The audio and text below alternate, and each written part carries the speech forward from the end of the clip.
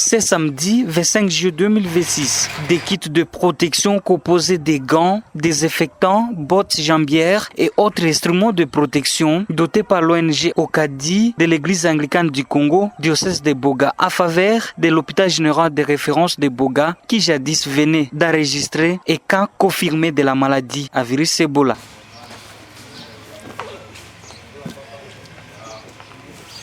Un geste caritatif salué par le médecin directeur de cette structure sanitaire qui a signifié que ce geste vient au point nommé. Nous remercions d'abord l'ONG Okadi qui travaille en collaboration avec le diocèse de Boga parce que cette donation est venue vraiment à un moment très capital pour nous parce qu'on manquait quelques intrants par rapport à la prise en charge et par rapport à la protection de ces cas-là.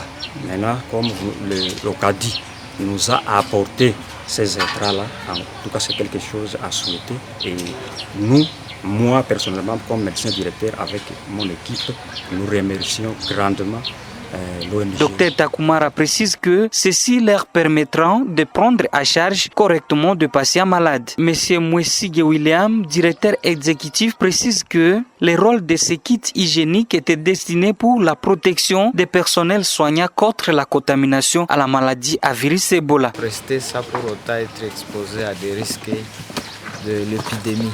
Nous avons doté le gant, il y a les jambières, il y a le cache-nez, il y a le désinfectant, le bonnet et d'autres matériels essentiels pour aider les personnels soignants. Les besoins existaient parce que ça ne se faisait pas longtemps. La zone de santé de Boga était réquisée un cas confirmé. Alors nous avons trouvé vraiment utile d'amener notre assistance pour accompagner les efforts du gouvernement et aussi des partenaires de santé. Et mon message, c'est que la communauté doit observer les mesures de protection édictées par les institutions sanitaires et surtout, lorsqu'il y a des signes, de se rendre au centre de santé le plus proche pour un peu la meilleure prise en charge. C'est en présence de Monseigneur Baimou Kamugeni, évêque du diocèse anglican de Boga. Il rend hommage à cette œuvre caritative qui constitue une protection à ces personnels engagés dans l'apostolat de malades. C'est une bonne action d'accompagnement des efforts pour combattre la maladie Ebola parce que, comme vous le savez, les premières personnes qui doivent entrer en contact avec la maladie, ce sont les éléments ou le personnel de l'équipe soignante. Parce que quand il y a un malade qui arrive, et comme vous le savez aussi, il y a beaucoup de médecins, de personnel soignant qui ont été aussi victimes. Alors protéger d'abord l'équipe soignante à ce niveau, c'est protéger d'une manière très spécifique ou d'une manière très spéciale la communauté. Parce que la maladie peut se propager à travers et qui gère les deux sources très importantes de contamination.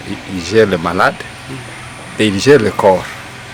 Et ce sont les deux éléments-là qui constituent la concentration de la contamination, de la propagation de la maladie.